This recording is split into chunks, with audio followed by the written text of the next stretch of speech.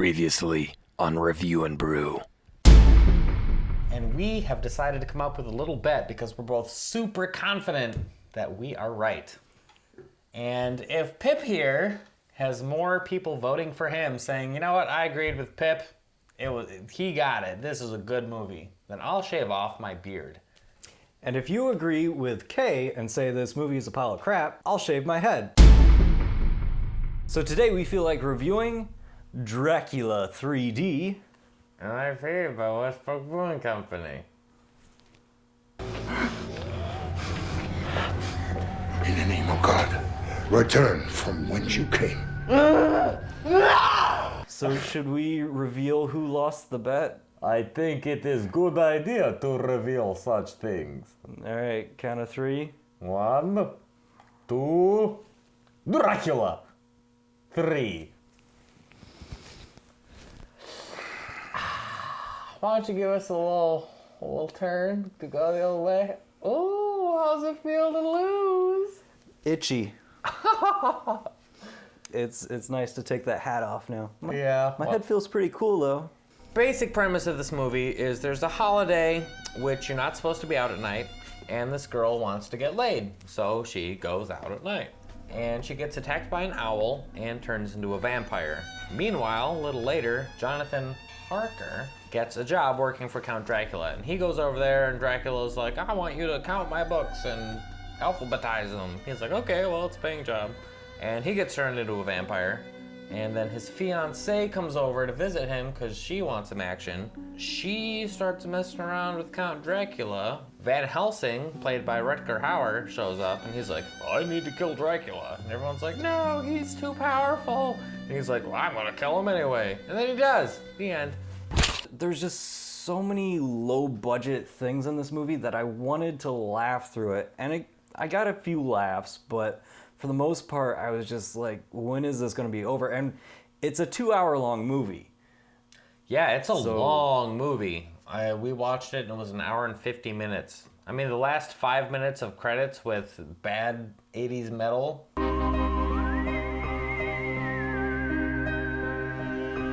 You wanted to talk about the CGI, because that's a big focal point for the movie. You look at an older movie like, say, The Mummy, which came out a long time ago. You look at those graphics and you're like, yeah, those graphics are pretty dated. But for the time, it's okay. The first time that we see the bad CGI is when the girl at the beginning gets attacked by an owl. And I would have to say that that owl was probably even worse looking than the owl in the beginning of Labyrinth. Yeah. I thought that when I watched that. I was like, wow, Labyrinth did it a little better. Life can't be easy. It's not always swell. Don't tell me truth hurts, little girl, 'cause it hurts like hell. It's bad. Every single time that CGI pops up in this movie, you can tell exactly when it's happening, even if it's just a background. It looked like those PC games where they would take live action and composite weird stuff together on paint. Welcome, stranger. You need to make a decision. You see this background? Well, you need to decide left or right. The villagers are safely in the Rebel Age.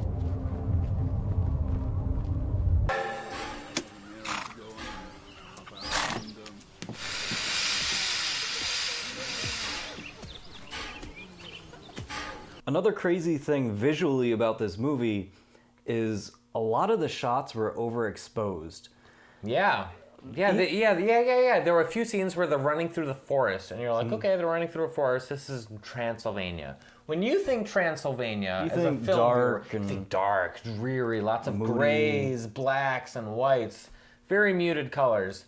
But this in this is like movie, they're bright green, like in the daytime. Right, welcome to Oz, the Emerald City, where we have vampires. Even during their shots at night, it was like so brightly lit. Like you could tell like the background's black night. But one reoccurring thing that we noticed in pretty much every shot is they would have one main light, like a big spotlight.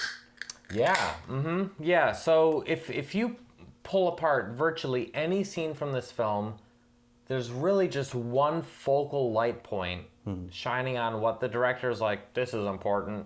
Look at this. It's so blatant. You seem impressed. No, we're not impressed. Real quick, I just want to say the actor who plays Dracula is total garbage.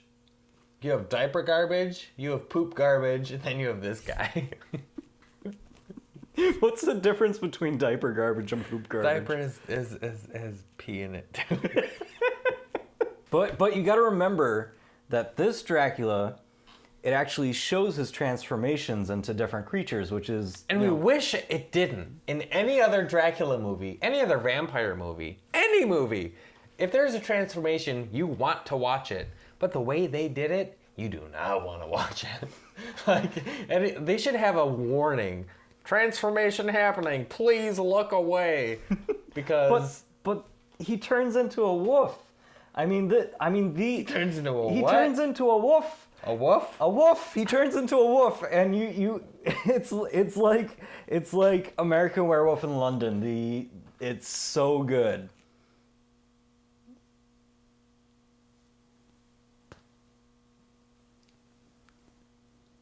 Okay, it's shit. It's pretty bad. It's pretty bad. It's pretty bad.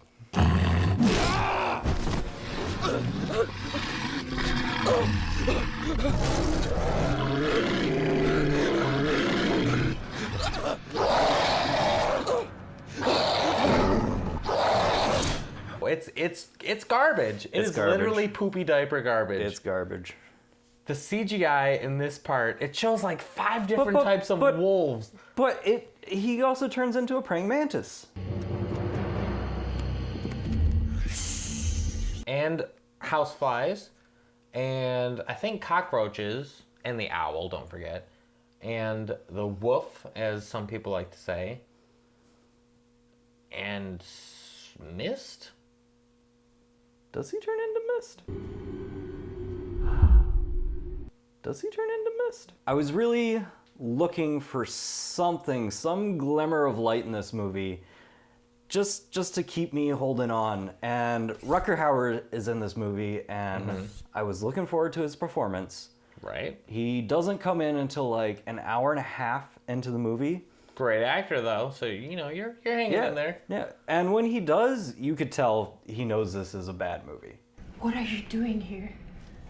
I'm working. What have you done with Lucy's body?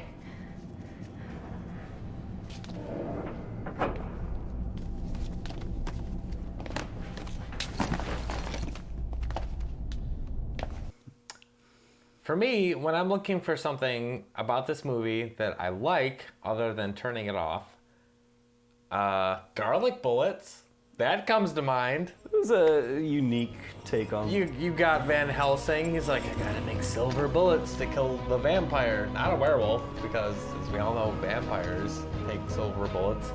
He takes silver bullets and crushes up some garlic, and then later, magically, has garlic bullets.